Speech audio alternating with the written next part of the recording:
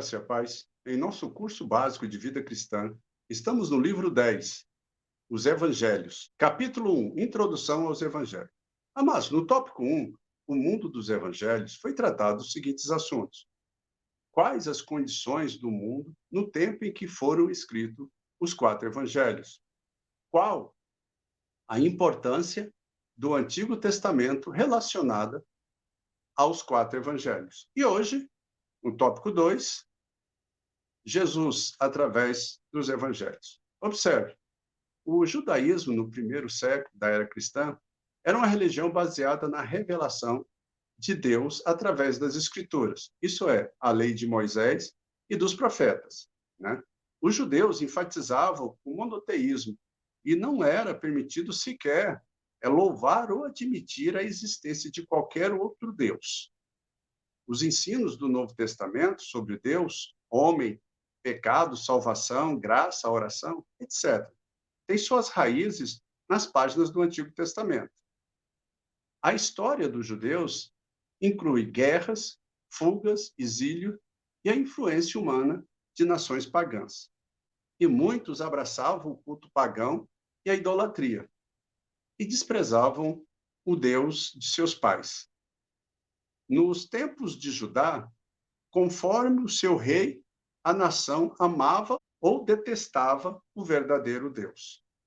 A certa altura da história, foram os judeus forçados a cessar os sacrifícios de animais e começaram a estudar a lei, o Torá. O escriba, que era a pessoa que estudava e interpretava a lei, passou a ser pessoa de grande prestígio entre os judeus. Observe, até este ponto, o Templo de Salomão tinha sido o lugar central de adoração para os judeus.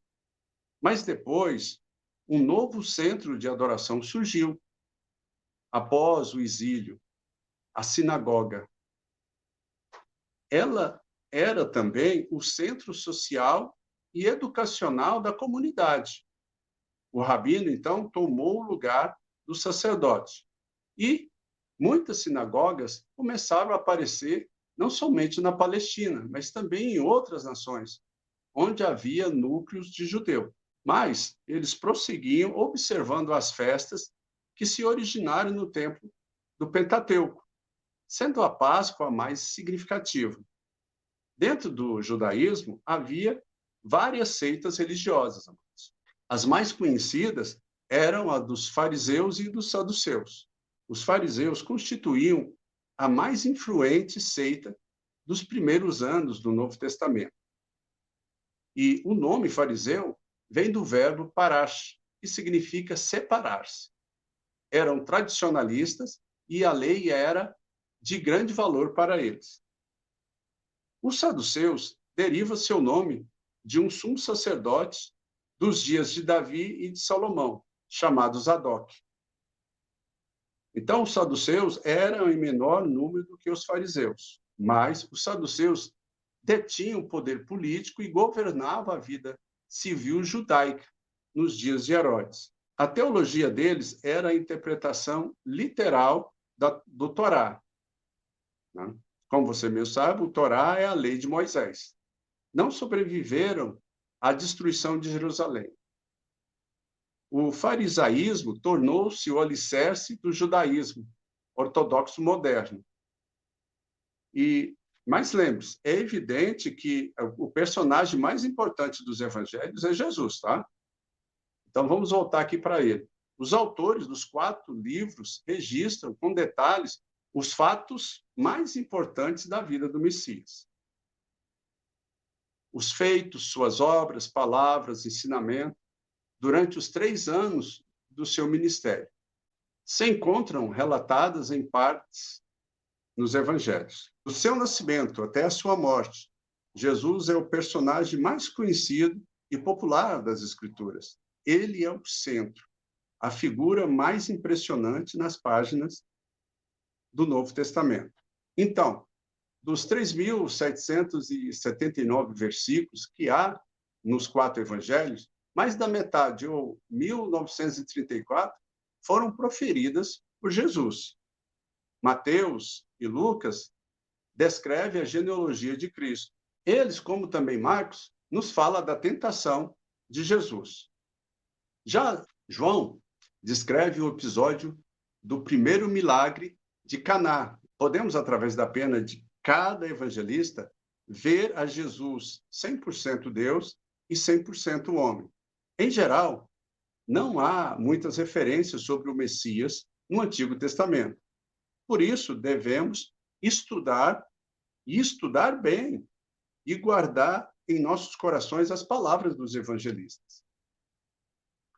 São obras literárias inspiradas e ungidas pelo Espírito Santo sobre a vida santa de Cristo, o nosso Salvador. Lá em João, no capítulo 14, verso 15, diz: se me amardes e guardares os meus mandamentos. Então, nos evangelhos, várias passagens são repetidas, pelo menos em 2 ou 3 evangelhos. Por outro lado, notamos que são 4 evangelhos apresentando o Senhor sobre 4 pontos de vista, para que, uma vez somando suas descrições, tenha um retrato completo de Jesus Cristo. Observe, lá em Apocalipse, no capítulo 4, verso 7, temos a descrição de 4 criaturas viventes, que corresponde à significação dos 4 evangelhos e à sua apresentação de Cristo. Então, vejamos. Primeiro, o primeiro ser vivente é semelhante ao leão, o rei dos animais. O evangelho de Mateus é considerado o evangelho do rei. O segundo é semelhante a um novilho, o boi que serve aos homens com paciência. O livro de Marcos é considerado o evangelho do servo de Deus. O terceiro ser vivente tem o rosto como de homem, e o livro de Lucas é o evangelho do filho do homem. O quarto é semelhante à águia quando voa. O livro de João é o evangelho do Filho de Deus. E Jesus se assemelha à natureza da águia que voa e nos leva às alturas celestiais. Assim, Mateus escreveu seu evangelho para os judeus. Então, Mateus narra o ministério do rei, sua rejeição por Israel e a predição da sua segunda vinda em poder e grande glória. Marcos escreveu aos romanos e enfatizou os milagres de Jesus. Marcos registrou com exatidão tanto as declarações como os feitos de Cristo. Lucas escreveu aos gregos. Seu evangelho é endereçado pessoalmente a um amigo íntimo grego de nome Teófilo. Enfatizou as parábolas de Jesus. Lucas declara que fizera um estudo geral dos acontecimentos e relata, a fim de escrever um tratado à altura. João escreveu o evangelho para a igreja. Foi escrito em Éfeso, a fim de combater os erros do gnosticismo quanto à divindade de Cristo. E para nós encerrarmos, João faz no seu livro a apresentação teológica de Cristo.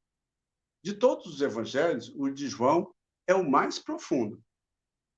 Assim, amados, características predominantes de Cristo, segundo cada escritor. Tá? Mateus coloca a característica de profético. Esta declaração se liga a 2 das mais importantes alianças do Antigo Testamento: a aliança davídica, da soberania, e a aliança abraâmica, das promessas. Marcos é prático. Jesus é visto como poderoso obreiro mais do que como mestre.